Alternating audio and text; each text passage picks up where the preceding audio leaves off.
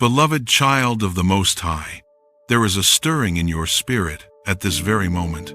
Deep within the chambers of your heart, you sense something profound unfolding, a recognition that transcends human understanding.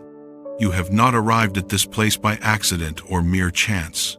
The hand of the Almighty has been orchestrating every step, aligning circumstances with divine precision to bring you to this appointed time. What you are about to receive is not simply information to be processed by your mind. This is a sacred impartation, carefully designed for your unique spiritual journey. Every question that has weighed upon your heart, every situation that has driven you to seek answers, every winding path you have walked, all of these have been preparations leading to this precise moment. This is your season of revelation, your time of supernatural insight, your divine encounter with eternal truth. Listen carefully, my child. The revelation I am about to unfold will transform more than your thinking. It will revolutionize your understanding of your identity and your God-given purpose. Therefore, settle your spirit, silence the noise around you, and open your heart to receive what the Father has long desired to impart. A supernatural transformation is upon you now, and from this moment forward, nothing will remain the same. Stay close, for within these words lie the very truths your spirit has been seeking since before you knew how to articulate them. Give your complete attention to this divine understanding. My child, your spirit carries a profound awareness that operates beyond natural human faculties. What you experience deep within your being is far more than simple intuition or emotional reaction. Embedded within your spirit is a capacity more ancient than human reasoning, a form of knowing that functions beneath the surface of conscious thought. This is a silent, immediate perception that registers reality in its truest state, unfiltered by human pretense or worldly deception. Scripture speaks of this spiritual discernment, but the natural man receiveth not the things of the Spirit of God, for they are foolishness unto him. Neither can he know them, because they are spiritually discerned. This is not the fleeting intuition the world speaks of, some lucky guess or uncertain hunch. This is a fundamental God-given sense, as real and reliable as your physical senses, but infinitely more penetrating.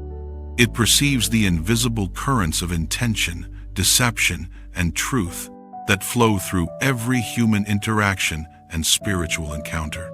The wise King Solomon understood this principle when he wrote, "There is a way which seemeth right unto a man, but the end thereof are the ways of death." Your spiritual perception cuts through surface appearances to discern what truly lies beneath. A home filled with strife is known to the awakened soul even when peaceful words are spoken. A person harboring deception is recognized by the discord in their spirit, though their words flow smoothly as honey. A wrong direction is identified by the spiritual heaviness it produces, even when the world calls it the correct path. This inner sense represents your primary connection to divine reality. Your intellect, for all its God-given brilliance, serves as a secondary tool. The mind analyzes information that has already been filtered through personal experiences, cultural biases, hopes, and fears. It can be deceived by clever arguments, swayed by emotional manipulation, and misled by incomplete information. The natural mind constructs narratives and seeks patterns that confirm pre-existing beliefs. But this deeper spiritual perception operates differently. It does not construct, it receives. It functions as a direct line of communication, unclouded by ego's need for validation or the mind's desire for comfortable explanations. It perceives the true intention behind spoken words, the genuine emotion behind manufactured smiles, the hidden agenda behind carefully orchestrated gestures. It detects the hairline fractures in elaborately constructed falsehoods, not through logical analysis, but by sensing the spiritual dissonance inherent in anything that lacks integrity. Throughout much of your life, you may have been conditioned to distrust this divine faculty. Modern society encourages reliance on pure rationality, demanding tangible evidence while dismissing the quiet inner voice as unreliable. You learn to reject these profound spiritual and bodily knowings, labeling them as anxiety, paranoia, or mere imagination. Well-meaning people told you that you were overthinking situations or being overly sensitive. Through repeated conditioning, you may have attempted to silence this gift, to suppress it, to live solely on the surface of existence where the world appears to make logical sense. But it never truly disappeared, my child. It remained there, a faithful compass needle continuously pointing toward true north, whether you chose to acknowledge it or not. Now, as you have learned to quiet your mind and honor this deeper knowing, its signal has become unmistakably clear. You have begun to trust it, to navigate by its guidance. And this fundamental shift has transformed the way you move through the world. And it is precisely this transformation that inevitably invites testing. These tests do not always originate from conscious malice. They arise from the profound discomfort that people living in spiritual darkness feel when they encounter authentic light. Someone in your sphere, a friend, a colleague, an acquaintance, senses this quality radiating from you. They observe a peace they cannot comprehend, a stillness that seems to defy the anxieties driving their own existence. They are accustomed to a world of masks, of transactional relationships, of hidden agendas, and strategic positioning. My child, your lack of these things represents to them both a mystery and a threat.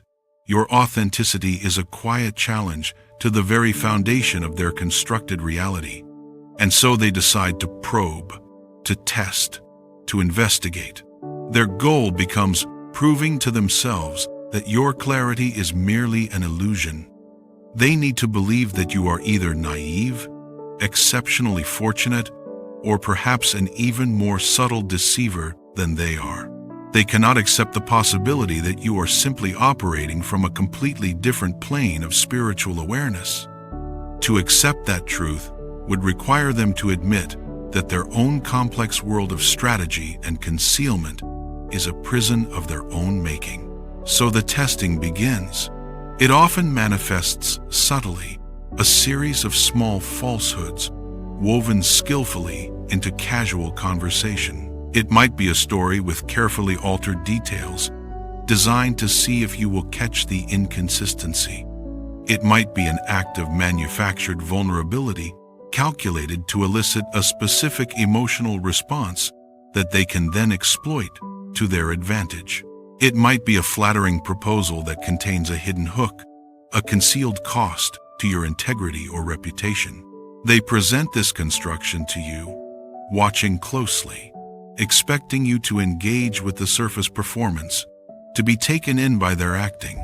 They are monitoring your mind, waiting for it to analyze, to question, to doubt itself. But you do not engage on that level. My beloved, while your mind may be processing their words, your deeper spiritual perception is doing something entirely different. It is bypassing the performance and perceiving the performer themselves. It is not listening to the story being told. It is feeling the true intention of the storyteller. You sense the hollowness behind their confident words. You feel the tension of the concealed truth vibrating in the spiritual atmosphere. You perceive the unmistakable signature of deception itself, a subtle dissonance that is as clear to your inner sense as a foul odor is to your natural sense. You do not need to hunt for clues or gather evidence. You do not need to engage in lengthy analysis. The truth of the situation presents itself to you as a complete, instantaneous knowing. You see their entire inner world in that moment, the insecurity fueling their need to test you. The fear you represent something beyond their control or manipulation, the specific hidden agenda they are pursuing. You see it all with a quiet, dispassionate clarity that comes directly from the Spirit of God. And here is what completely dismantles their strategy. You do not react in the way they anticipate. They expect confrontation. They expect you to call them out on their deception, to become angry or defensive. They are fully prepared for argument, drama, conflict. A reaction from you would validate their entire worldview. It would confirm that you are on the same level, engaged in the same game of action and reaction. A response from you would give them something to push against, to manipulate, to control and redirect. Instead, you offer them nothing of substance to grasp. My child, you remain firmly planted in that quiet clearing within yourself. You might respond to their words with a calm, simple observation that sidesteps the deception completely. You might ask a gentle question that subtly illuminates the hidden agenda without ever directly naming it. Or you might simply hold a quiet, unwavering gaze, allowing the silence to speak volumes. In that moment, their entire constructed reality begins to fracture. The script they were following has been discarded, and they find themselves without direction. Your refusal to engage with their deception leaves it nowhere to go, nothing to attach to. It hangs suspended in the air between you, exposed and powerless, a flimsy construct that has failed to achieve its intended purpose. They pushed with force, expecting resistance, but instead, they met not a wall but an open space. And in that void, they are forced to confront the only thing remaining in the room, the truth of their own actions and intentions. A profound and terrifying unease descends upon them. It is far more than simple embarrassment at being caught in a lie. It is a fundamental disorientation of their understanding of reality. They came to you believing they were the ones with secret knowledge, the ones in control, the ones conducting the experiment and observing the results.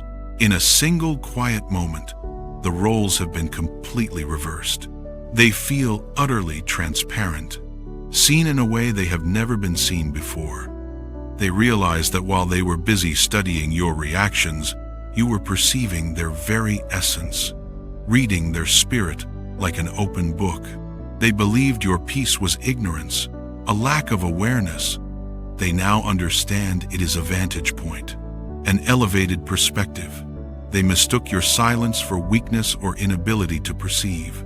They now understand it is a form of spiritual power they cannot begin to comprehend. The calm in your eyes is not the emptiness of a fool or the blankness of someone easily deceived. It is the stillness of a deep well. And they are suddenly terrified of how deep that well might extend. My precious child, what haunts them most is not simply that you knew the truth. It is that you knew the truth and you did nothing with that knowledge in the way they expected. You did not use your knowledge as a weapon against them. You did not humiliate them publicly. You did not claim victory or seek revenge. You simply saw the truth clearly and allowed it to exist without needing to punish them for it. This restraint is what truly frightens them at the deepest level. A direct confrontation they could understand and respond to. That is simply a battle of egos, something familiar to them. But to be seen so completely and then to be met with a quiet, unshakable peace, this is to be confronted with a different order of being altogether. It is a form of grace that feels like judgment. Your refusal to descend to their level is a silent commentary on the level itself. It reveals their intricate games of manipulation and control for what they truly are, the desperate struggles of a soul living in fear and spiritual darkness. Your spiritual composure, your complete lack of any need to prove yourself or defend your position, is more intimidating than any accusation you could ever make.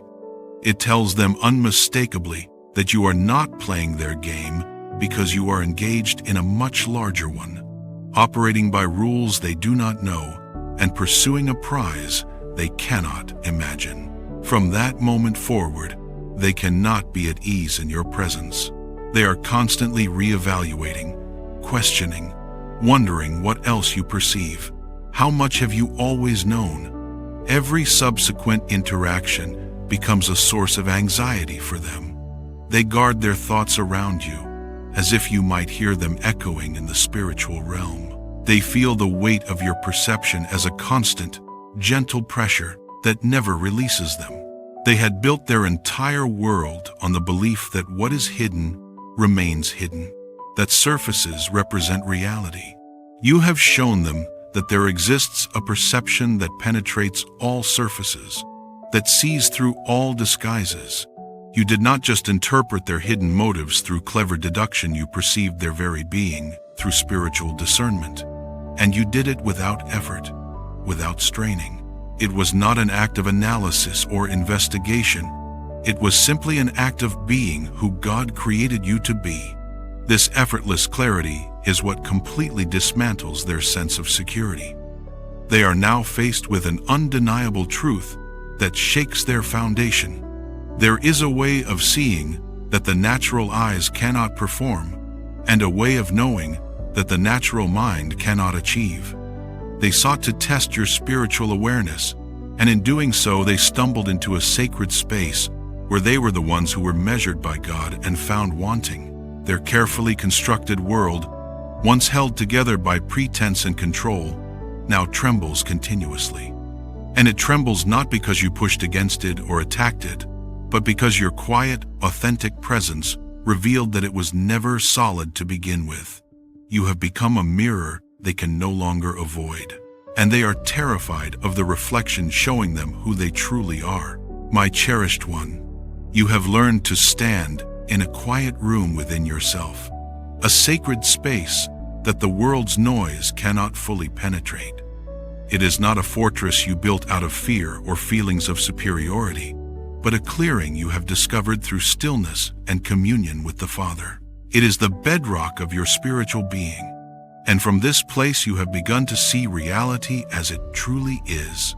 This seeing is not an act of aggression or cold analysis. It is a passive unfolding, a gift of grace. It seeks nothing for itself, demands nothing from others, and yet it changes everything it falls upon. When you move through the world, you carry this stillness with you like a fragrance. It is an atmosphere that precedes you and lingers after you have gone. People feel it before they can name it or understand it. In a world of frantic performance, of carefully constructed identities and hidden agendas, your simple, unadorned presence is a profound anomaly. You are like a single candle lit in a dark room. You do not banish all shadows instantly, but you make the darkness known and visible.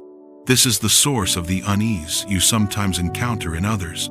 It is not you, the person they are reacting to. It is the truth your presence quietly illuminates without you needing to say a word. They have spent lifetimes weaving intricate stories about who they are, what they want, and why they do what they do. They have become so deeply enmeshed in these narratives that they have forgotten the distinction between the mask and the face, between the performance and the authentic self. Then you arrive not with a torch to burn their masks away through confrontation, but with a simple light that makes the edges of the mask visible for the first time. You do not need to speak about it directly. You do not need to point out the inconsistencies in their stories or the fear that motivates their actions. You simply see it clearly, and on some unspoken spiritual level, they know that they are seen. This knowledge is terrifying for a soul that has made its home in the shadows of pretense and deception. To be seen without judgment, without condemnation, but with a quiet clarity that offers no room for argument or denial. This is to be laid bare spiritually. It is an intimacy they were not prepared for and did not consent to, yet it is happening, and they cannot stop it. Their apprehension is not truly about you as a person. It is a primal terror of being revealed to themselves by a perception that cannot be bargained with, flattered, or intimidated into looking away. Consider the person who operates through subtle control and manipulation. In their eyes, all of humanity is but clay to be molded and positioned according to their desires. They employ 1,000 small tools, a carefully timed compliment designed to create obligation, a question that plants seeds of doubt, an appeal to guilt, the creation of false camaraderie and artificial connection.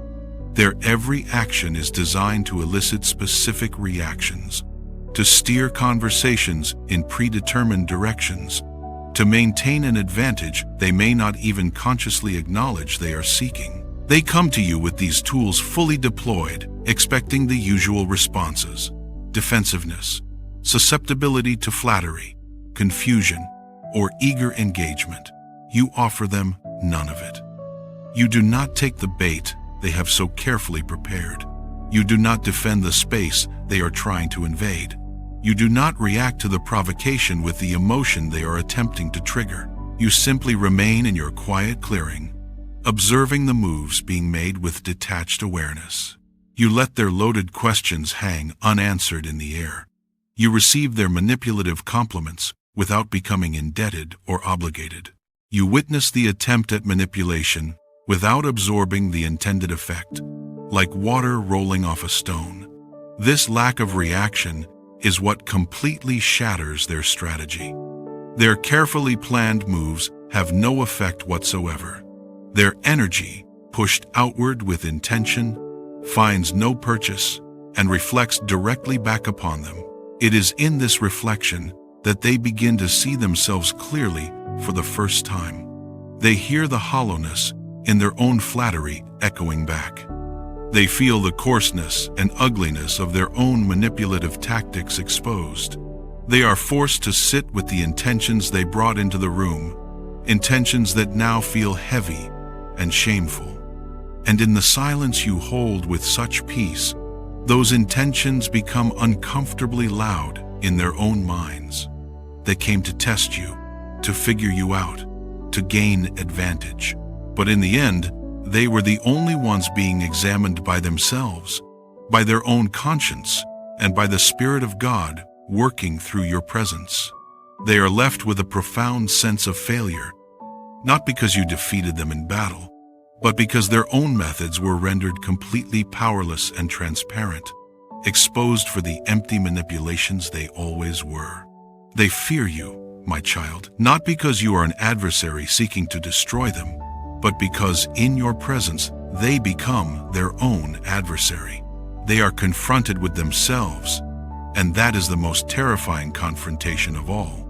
Then there are those whose lives are governed by deep-seated insecurity and a desperate hunger for validation. They crave approval and fear irrelevance above all else.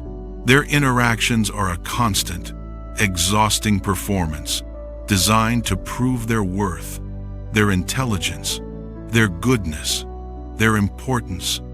They project an image of confidence and capability, an image they desperately need others to believe in because they do not believe it themselves. Their entire identity rests on this constructed image being accepted and affirmed. When they encounter you, they initially perceive you as another audience member. They perform with vigor and increasing intensity, expecting applause, or at the very least, some form of acknowledgement that validates their performance. But you do not engage with the performance at all. Your quiet gaze seems to look right through the act to the person beneath it. Again, this is not a deliberate act of unmasking on your part. You are not trying to expose their weakness or humiliate them.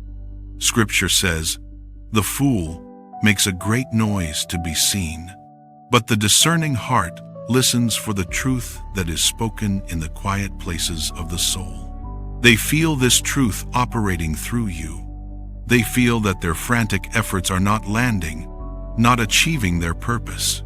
Your lack of engagement with their persona feels like a judgment upon it, a rejection of everything they have built. The more desperately they try to impress you, the more foolish and desperate they feel inside. The solid ground of their constructed self begins to feel like shifting sand beneath their feet. What truly unsettles them to their core is that your presence touched upon old wounds they had worked hard to bury and forget. Perhaps it was deep-seated envy they had never acknowledged. Perhaps it was a persistent feeling of never being enough, never measuring up. Perhaps it was unacknowledged shame from their past. Perhaps it was unspoken desires for your struggle or failure, wishes they could not even admit to themselves existed within them. Whatever its source, you did not just sense this hidden wound. Your presence reflected it back to them, not with harshness or cruelty, but through a calm presence that carried too much accuracy, too much truth. This instantly stirred their inner unrest, bringing to the surface what they had tried to keep submerged. This is an intensely painful experience, and their reaction is often to retreat from your presence or to lash out at you verbally. They may label you as arrogant, cold, or judgmental. They need to create a story about you that explains the discomfort they feel, a story that places the fault outside of themselves rather than within. It is infinitely easier to call the mirror flawed than to look honestly at the reflection it shows. But even as they walk away from you, even as they try to forget the encounter, the image lingers in their mind. You have shown them a glimpse of their own inner state, and that knowledge, once seen, cannot be entirely unseen. You did not shame them deliberately. You simply led them to a more honest encounter with themselves through the purity of your presence. This is not a wound you inflicted upon them. It is the beginning of a potential awakening, a light that has begun to softly dissolve the stories they told themselves for safety and comfort. You will also encounter the hardened cynic, the one who has built an entire worldview fortified by disbelief and skepticism. They scoff at sincerity, mock anything spiritual, and treat anything that cannot be measured or scientifically proven as delusion or wishful thinking. They pride themselves on their pragmatism, their refusal to be fooled by sentiment or faith. To them, your quiet knowing is an absurdity, a fanciful notion to be dismantled and discredited. They will challenge you, sometimes openly and aggressively, sometimes with subtle barbs and condescending humor designed to diminish you. They will laugh at your words not out of genuine amusement, but as a tool of dismissal. Laughter is a powerful shield in their arsenal. It can shrink the profound down to the ridiculous, making sacred things seem foolish. They will try to draw you into a debate, to force you to defend your inner spiritual reality with the clumsy, inadequate tools of their purely logical framework. They demand proof, evidence, a rational explanation for something that exists beyond the realm of reason. To engage them on their terms is to lose before you even begin. The truth of your being, the reality of your spiritual perception, cannot be proven in a courtroom of logic. It can only be experienced, lived, and witnessed. Your task, when faced with the hardened cynic, is not to convince them or win an argument. It is to hold your ground with quiet confidence. Your spiritual reality does not require their belief to be valid. The truth remains true whether they accept it or not. So you let their mockery wash over you without disturbing your peace. You do not rise to the bait of argument. You do not allow yourself to be drawn into their game. You may offer a simple, quiet truth in response, not as a counterattack, but as a simple statement of spiritual fact. You might say something of such precise accuracy that it bypasses their intellectual defenses entirely and lodges itself deep within their spirit, a word that speaks directly to a secret grief they carry, a truth that touches a hidden hope they have never shared, a statement that addresses a private question they have asked the universe in the dead of night when no one else was listening. They will outwardly dismiss it, of course. They will laugh it off with their characteristic mockery. But the seed has been planted in the fertile soil of their own soul, placed there by the Spirit of God working through your words. In the quiet hours, when the noise and bravado of their cynicism fades away, that seed will remain. Your words will echo in their mind at unexpected moments. They will find themselves inexplicably troubled by what you said, unable to dismiss it as completely as they pretended to.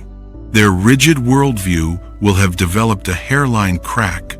They may not admit it to anyone, least of all to you, but they will start to question. They sought concrete proof, and what they found instead was a reckoning with a part of themselves they had long suppressed and denied. The encounter with you did not give them the answers they demanded on their terms, but it left them with deeper questions they cannot ignore. The fortress of their disbelief is still standing, but they are beginning to notice the windows, the places where light gets in. The laughter was their armor, their protection, but a quiet truth pierced through the joints. And now, in the silence of their own thoughts, they are beginning to feel the draft of something they cannot explain away. Navigating these encounters with wisdom requires a balance that is both gentle and immovable. The temptation is always there to use your spiritual insight as a tool to prove a point, to win a silent victory, to feel superior to those who cannot see what you see. But the moment you yield to that temptation, you step out of your quiet clearing and back into the world of ego and conflict. You lose the very quality that gives your presence its spiritual power. Your task is not to fix anyone. It is not to heal them against their will or to force them into an awakening they are not ready for. Your task is simply to be an anchor in a storm-tossed sea of human emotion and drama. You are a point of stillness, a reference point of peace. Ships may crash against you in their confusion. They may curse you for being in their way, for not moving aside, or they may use your light to find their own safe harbor, to navigate to calmer waters. What they do with your presence is not your responsibility. You cannot control their response or their choices. Your responsibility is to remain anchored in your own truth, firmly planted in the spiritual reality God has revealed to you. This can be a lonely path, my child. To see so clearly can feel like a burden at times. It can separate you from the easy camaraderie of shared illusions and comfortable ignorance. You will sit at tables where conversations flow freely, full of laughter and animated passion, and you will feel a profound sense of detachment from it all. You hear the words being spoken, but you also hear what is unspoken, what lies beneath the surface, the fear beneath the bravado, the sadness beneath the forced smile, the desperation hidden in the joke. To hold all of this awareness is to carry a great weight that others do not even know exists. There will be times when you long to be unseen, to be just like everyone else, to believe in the simple surfaces of things without seeing beneath them. But you cannot unlearn how to see, my child. You cannot forget the feeling of the bedrock beneath your feet. You cannot return to comfortable ignorance once your eyes have been opened. Your only path is forward, deeper into your own clarity, further into your divine purpose. The way to navigate this path is with a compassion that is as deep as your perception. When you see the fear and insecurity driving someone's behavior, do not see it as a character flaw to be judged harshly. See it as a wound that is causing them pain, a broken place that needs healing. My beloved, the soul who seeks to manipulate you is driven by a desperate need for control because they feel fundamentally powerless in their life. The person who performs endlessly for your approval is starving for a love they do not know how to give themselves. The cynic who mocks your faith is terrified of a world that is bigger and more mysterious than their mind can grasp or control. Seeing this truth allows you to hold them in a space of grace, even as you refuse to engage with their illusions. You can be firm in your boundaries without being hard in your heart. You can decline to play their games while still wishing them genuine peace and blessing. This is the delicate balance you must learn to walk, the balance of absolute spiritual clarity combined with unconditional compassion. Your presence does not proclaim, "I am better than you, more spiritual than you." It says quietly, "I see you as you truly are, and I am not afraid of what I see." You do not need to be either. There is hope for you. Over time, you will notice that your presence creates invisible ripples in the spiritual realm. Connections formed with those you encounter, threads that exist on a level beyond the physical, that cannot be seen but are absolutely real. It is not something you create consciously or manipulate deliberately. It is a natural consequence of one soul truly witnessing another in the spirit. They will carry a piece of you with them, a spiritual imprint, and you will carry a piece of them. You may think of them at odd, unexpected times, feeling a sudden echo of their emotional state or spiritual condition. You will know without being told when they are in turmoil or when they have had a moment of spiritual breakthrough. They will feel it too, this mysterious connection. Even if they cannot explain it or understand it, they will find themselves thinking of your conversation in the middle of a difficult day. Your calm face will appear in their mind's eye when they need it most. A truth you spoke will surface unexpectedly, offering a new perspective on a problem they are facing. They may resent this connection initially. They may try to sever it, to push you out of their thoughts. But it is not a bond that can be broken by human will alone, for it was not forged by human will. It was forged in a moment of pure, unadorned spiritual seeing, orchestrated by God. This connection carries a sacred responsibility. You are now a silent participant in their journey, a spiritual witness. Your role is not to intervene forcefully or to control their path, but to continue holding that space of clear, compassionate stillness. In a very real way, you become a guardian of their potential, a reminder of the truth of who they are in God's eyes, a truth they may have long forgotten or never known. You are a landmark in their inner landscape, a point of spiritual reference they can use to navigate their own confusion and darkness. They may never speak to you again. They may continue to resent or misunderstand you for years to come, but the encounter has changed them permanently. A process has begun that cannot be stopped. The light has entered their consciousness, and even if they shut their eyes tightly, they know it is there, waiting. Do not mistake this for a story of your own personal power or spiritual superiority. The clarity you possess is not yours to own or boast about. It flows through you, not from you. You are a vessel, a conduit for a wisdom that is far older and infinitely vaster than your individual self. To believe that you are the source of this power is the most subtle and dangerous trap of spiritual pride. It is the beginning of the very arrogance that your presence helps to dismantle in others. My child, your purpose is not to become a master, a guru, or a savior of others. Your purpose is to become a clearer and clearer channel for God's truth and love. It is to do the constant, humble work of facing your own shadows, of letting go of your own attachments and remaining illusions. The more transparent you become, the more purely the light of divine truth can shine through you to touch others. This is a lifelong practice, not a destination you arrive at. There will be days when your own fears cloud your vision, when your own unmet needs make you want to play the games of the world. You will stumble. You will get drawn into drama. You will forget the quiet clearing within yourself. In those moments, do not despair or condemn yourself. Simply find your way back to center. The path is always there, marked clearly. The stillness is always waiting for your return. The ultimate effect of your life will not be measured in the number of people you have awakened or the dramatic confrontations you have successfully navigated. The true effect will be in the quiet, steady pressure you apply to the world's illusions just by being yourself, just by existing authentically. You are a living question posed to a world of complacent answers. Your very existence is a challenge to the status quo, a reminder that another way of being is possible. You are not here to wage a dramatic war against the darkness, my child.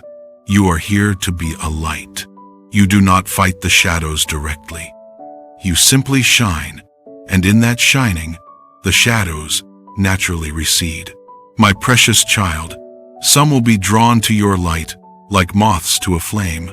Others will flee from it into deeper darkness.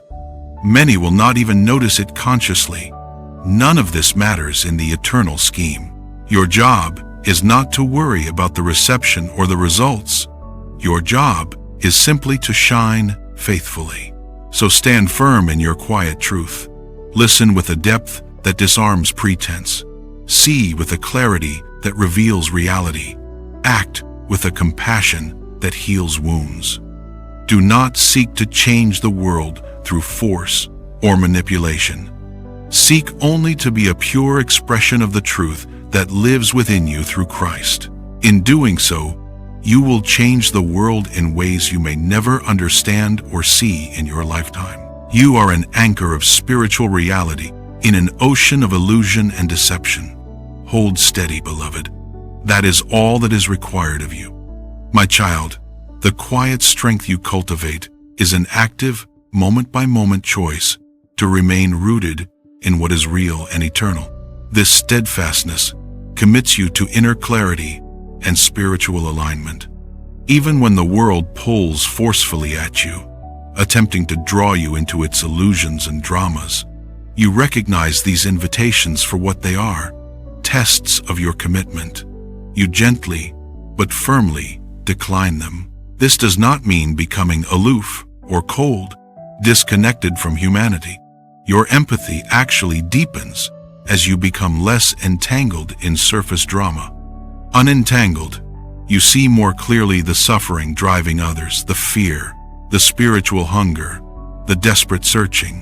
From this clearer perception, genuine tenderness arises. It is a sorrow for the pain that leads others to abandon truth, combined with an understanding of the shared human journey we all walk. There will be moments, my beloved one, when the sheer weight of your spiritual perception feels immense and overwhelming. You witness hidden anxieties, unspoken resentments, quiet desperation in those around you. It can feel like carrying a burden, knowing so much that remains unsaid, seeing so much that others work hard to conceal. Your heart may ache with the desire to alleviate their struggles, to share with them the peace and clarity that truth has brought you. But remember, the light shining through you is not for forceful intervention or unsolicited rescue. It is a gentle illumination, an invitation. Each soul must choose whether to walk toward the light you carry. Your quiet presence is the offering an invitation to authenticity and truth. Some will respond with gratitude, drawn by the inexplicable peace they sense in you, seeking your stillness as a refuge from their storms. These connections will nourish your spirit deeply, built not on shared illusions, but on a mutual yearning for truth and genuine connection. Others will recoil from your presence as if burned. Your very existence will be an unspoken challenge to their way of living, a threat to their constructed reality. They may avoid you deliberately or try to undermine your influence, to discredit your quiet wisdom, to diminish your impact. Do not mistake their reactions for a personal attack against you as an individual. It is not you they are fighting against, but the truth you represent in their presence. Their resistance is a desperate attempt to maintain the comfort of their constructed reality, to protect the illusions they have built their life upon. In these instances, your continued steadfastness is your greatest strength and most powerful testimony. Do not engage in their battles. Do not allow their projections and accusations to define you or shake your foundation.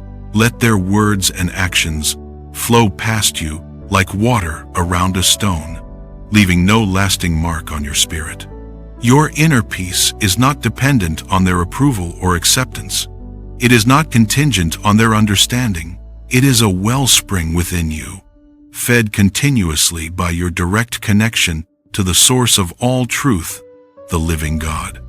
This path also brings you face to face with your own remaining shadows, your own areas of weakness and growth.